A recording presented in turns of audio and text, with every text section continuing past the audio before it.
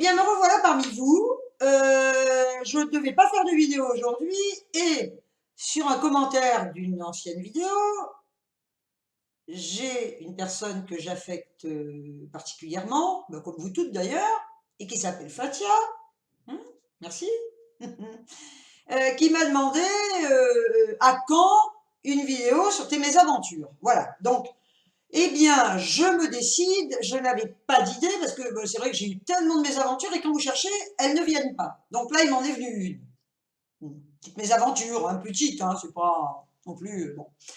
Voilà, donc on devait partir, mes parents habitaient Saint-Raphaël, et donc je partais en vacances régulièrement chez eux, et on partait avec ma fille, puisque ma fille vivait avec moi à l'époque. Donc c'était vacances d'été, on partait 3 semaines à Saint-Raphaël, chez mes parents. Et là, on prépare les bagages, on décide de prendre le train. Il faut savoir que l'horaire qu'on avait prévu, le train partait de Vichy jusqu'à Saint-Germain. À Saint-Germain, c'est à 5 minutes, hein, en train. Saint-Germain-des-Fossés, il fallait descendre. Il fallait prendre un autre train. Il y avait un changement à Saint-Germain. Donc on faisait Saint-Germain, je vais y arriver, Saint-Germain-Lyon. Lyon, changement à nouveau, Lyon, Saint-Raphaël. Bon, jusque-là, rien de normal. Et donc, j'ai une amie d'époque qui me dit, écoute, vu que sa maman habitait à Saint-Germain-des-Fossés, ça s'appelle Saint-Germain-des-Fossés, me dit, écoute, à la limite, pour t'éviter un changement en plus, comme ça, eh bien, le mieux, c'est de partir carrément de Saint-Germain, ce qui n'était pas faux, ce qui était très sympa de sa part. Donc, elle me dit, bah, écoute, on va aller chez ma mère avec ta fille, et puis je t'amènerai à la gare de Saint-Germain, comme ça tu changeras qu'à Lyon. Parfait. Donc, on va à Saint-Germain chez sa maman, et l'heure du train arrive, j'avais un train, je pense, sur le coup des midis. Donc, elle m'amène à la gare avec ma fille, on était chargés comme des mulets, on avait des bagages à n'en plus finir. 3 semaines hein, quand même, donc je ne vous dis pas ce qu'il fallait transporter à deux. Bagages, petit pique-nique train, bah oui, vu l'heure, eh bien, on avait prévu, donc j'avais prévu un pique-nique, train, voilà le pique-nique, c'est pas mal le pique-nique train, j'aime bien. Donc on avait prévu ça, et donc bah voilà, on arrive sur le quai de la gare avec cette copine, et on attend notre train. On était sur le bon quai, tout était ok, les sacs, machin, et le train arrive. Ah, super! On monte dans le train avec ma fille, on dit au revoir à ma copine, et c'était quand même, le train était quand même bondé, hein, on avait réservé, le train était quand même plein, hein, c'était Saint-Germain-Lyon, il y avait du monde. Bien, donc on s'installe avec ma fille, toutes les deux, on a une fringale, bon, on avait faim, bah oui, à cette heure-là on a faim, enfin nous on a faim, on s'installe, met les énormes bagages en haut dans les paniers, rabat les petites tablettes, super, on était contents, des petites tablettes avec on rabat le petit truc pour mettre la bouteille, super. On sort ses sandwichs, on commence à mordre dans le sandwich, et là on entend Vichy, 3 minutes d'arrêt. Vichy, 3 minutes d'arrêt. Voilà. 3 minutes, c'est très court, 3 minutes. Hein. Et là, pendant un moment, bon, ma fille, alors elle se posait même pas la question, elle était dans le train, et moi d'un coup je réfléchis, oui, ça m'arrive de temps en temps, hein.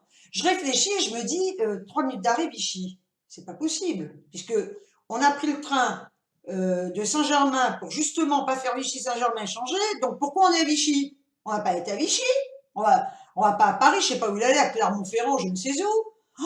Et à partir du moment où j'ai réalisé qu'on était à Vichy et qu'on s'était gouré de train, alors là, ça a été, on aurait dit une fusée, quoi. Et tous les gens nous regardaient. Alors là, c'est pareil, hein, quand vous voulez passer inaperçu, là, vous êtes servi. Hein. On aurait dit 2 bidochons avec ma fille.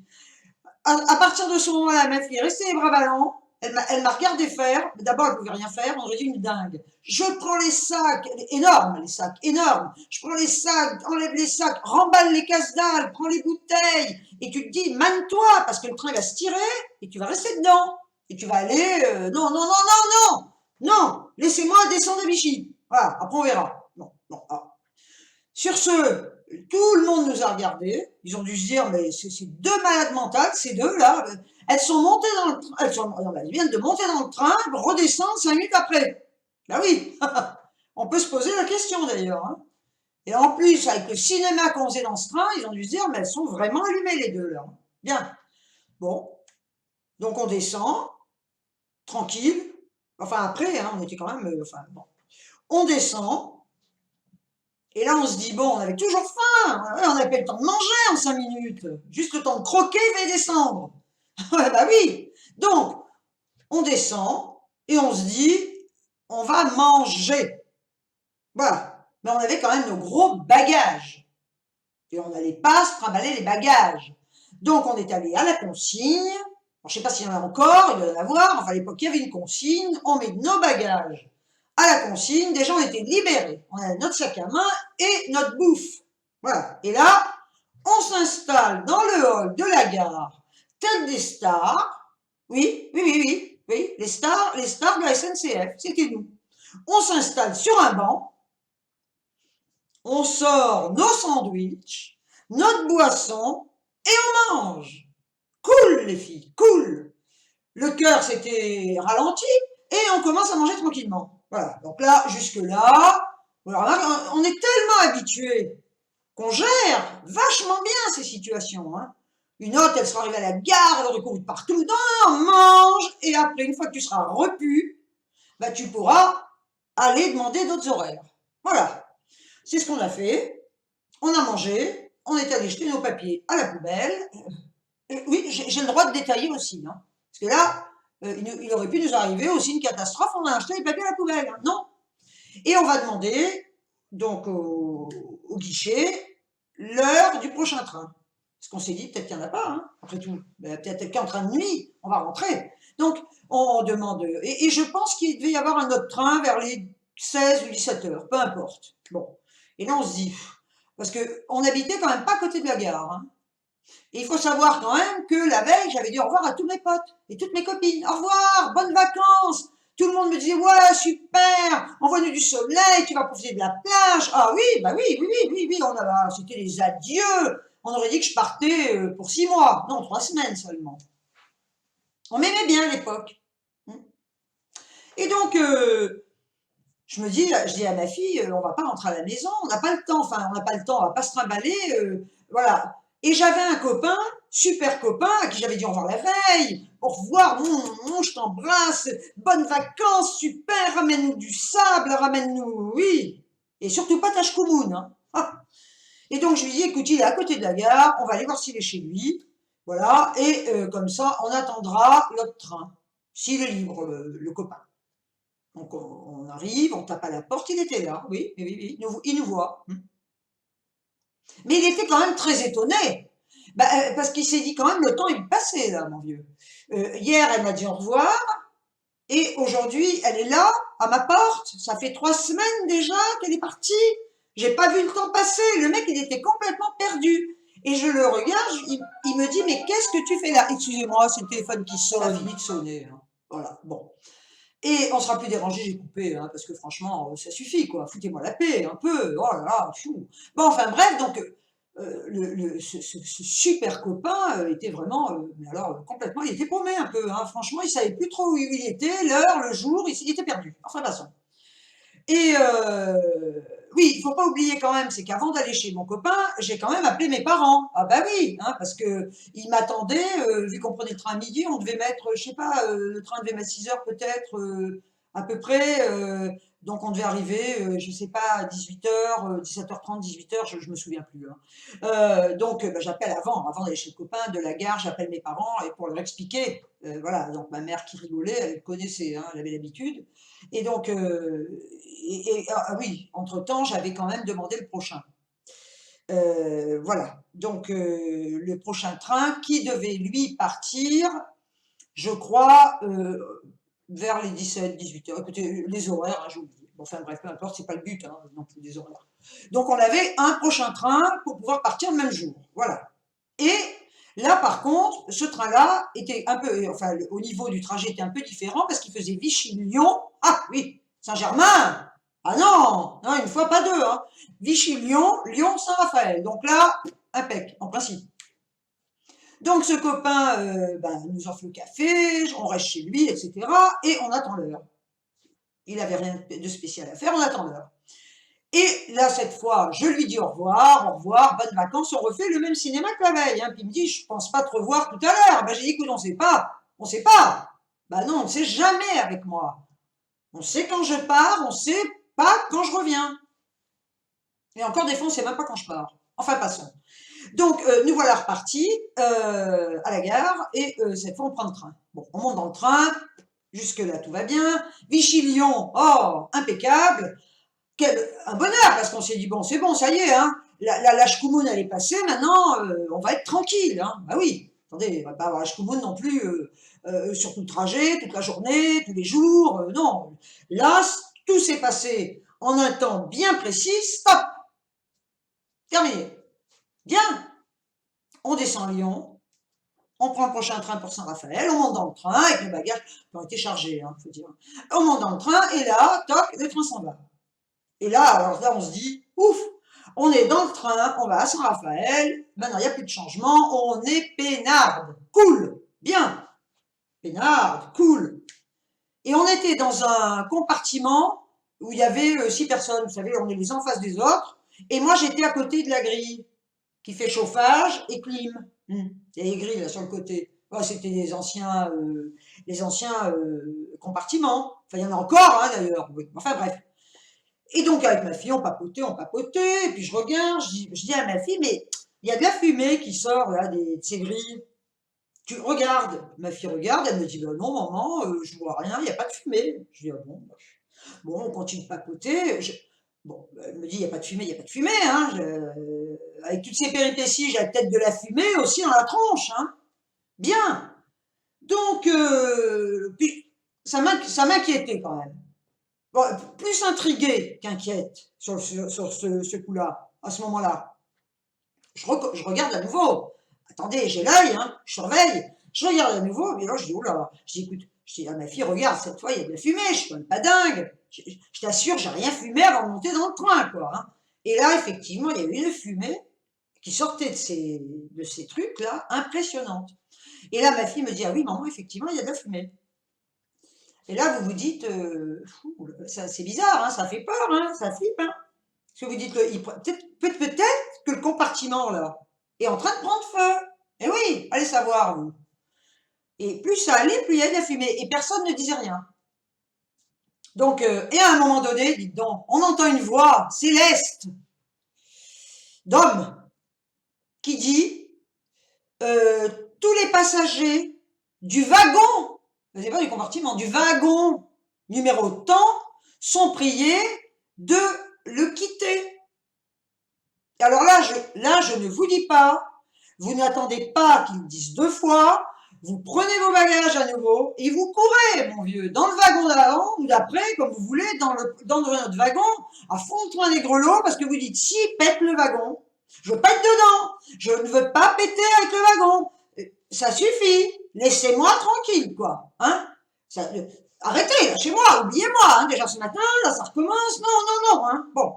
Donc on court, les gens courent aussi, tout le monde courait, on file dans l'autre wagon, et là on se dit, pourvu que ça n'explose pas, qu'est-ce qui se passe? Et comme par hasard, vous savez tous, il n'y a plus un seul contrôleur dans le train dedans, comme si ils avaient tous dégagé. Ah, il n'y a plus personne. Là, vous pouvez voyager tranquille. Quoique le train, vous voyagez pas, non, vous voyagez pas tranquille. Enfin, il n'y a plus personne, il y a plus personne dans le train, à part les passagers, il n'y a plus un contrôleur. Et personne ne vous parle, D'un coup, l'autre, il s'est arrêté de parler là-haut. Ah oui, plus un mot. Et là, vous savez pas. Alors, le train, au bout d'un moment, mais très rapidement, s'arrête. Et là, on était dans la campagne, en pleine campagne.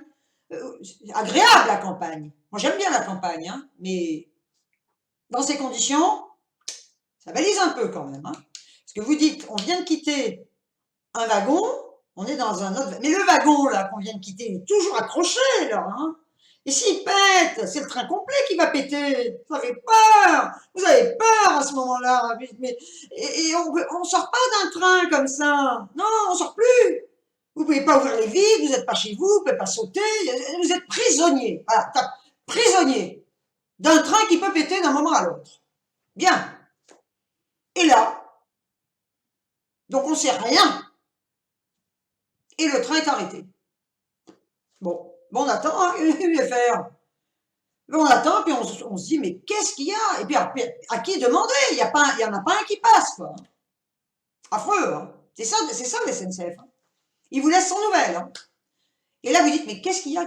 Alors bon, ceci dit, hein, je l'ai abrégé, on reste dans ce train, et à un moment donné, oh là là, le bonheur, il avance. Ah, avec ma fille, quel soulagement, on se dit, ça y est, on va enfin partir. Et alors en plus, le problème, c'est qu'il y avait du retard, mais à l'époque, on n'avait pas les portables comme maintenant, donc je ne pouvais pas prévenir mes parents pour leur dire que, déjà ce qui s'était passé le matin, hein, ma mère m'avait dit, fais gaffe quand même quand tu vas reprendre le train. Bah oui, mais là, c'était pas de ma faute non plus. Hein. Donc pas de portable, et je me disais, pourvu qu'on les avertisse quand même. En général, quand il y a un retard, on vous le dit. Je disais, pourvu qu'ils soient avertis, parce que je voyais leur tournée, je disais, on n'est pas près d'arriver. Hein. Incroyable, incroyable. Donc bon, sur ce, le train démarre, on est contente avec ma fille, presque on saute de joie. Non, on saute pas, on reste assise. Et le train, vous le croyez, il démarre, il avance, il s'arrête. Un moment, il bouge plus. Bon, on se dit, attends, il va redémarrer. Peut-être long à démarrer des fois un train. Hein. Eh bien, il recule. Ah non, il recule. Mais je dis, alors bon, la première fois qu'il fait ça, vous dites, bon, peut-être qu'il sait plus, le mec, peut-être que le conducteur de train, il est paumé à un moment donné. Il sait plus entre l'accident, la fumée, l'incendie. Il est perdu, le gars. Hein. Il a peut-être eu, je sais pas moi, la fumée qui lui est montée dans le cerveau. Et il sait plus du tout. Il avance, il avance. Alors, on peut penser ça. On pourrait se dire, le pauvre conducteur de train, il ne sait plus. Je vais là où je reviens. Je vais et je viens. Voilà. Alors, la première fois qu'il fait ça, vous dites, bon, il a reculé pour mieux s'élancer pour redémarrer. Vous dites, tiens, il prend son élan, tchlac, hop là. Non, eh ben non. Donc, on attend, il redémarre. Ah, là, quand même, on s'est dit avec ma fille, cette fois c'est bon. Hein, il va pas nous amuser comme ça. Il est canaille, hein. Oh, il est en train de nous faire un petit coup de rigolade, là. Il est coquin, oh, il taquine, hein, il taquine, hein. Eh ben, il redémarre, on est content, tac, tac, on applaudit, presque tout le wagon applaudissait, presque.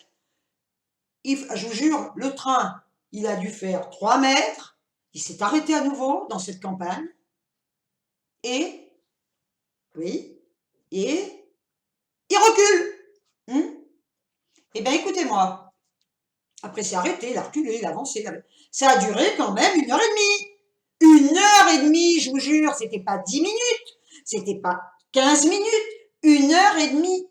1h30 de waouh, 1h30 de waouh, mais 1h30 de punaise, ça va péter. C'est un calvaire, c'est un calvaire. Et puis vous dites, mes parents qui m'attendent, pourvu qu'on leur dise. Enfin, on a vécu le calvaire, quoi. C'était, surtout de pas savoir. Si au moins on nous avait dit, ben, écoutez, voilà, on a enlevé le wagon dangereux, le wagon explosif, ça s'appelle d'ailleurs. C'est un wagon explosif, on l'a enlevé. Vous ne risquez plus rien, et je pense que d'ailleurs, c'est ce qu'ils ont fait. Mais au lieu, dites-nous-le. Prévenez-nous, dites-nous que vous êtes en train d'enlever un wagon qui risque d'exploser, plutôt que de nous laisser 1h30 avance, recule, sans rien nous dire, quoi. Hein. Et puis en plus, on a vu la fumée qui sortait dans le wagon, hein, avant qu'on aille dans l'autre. Hein.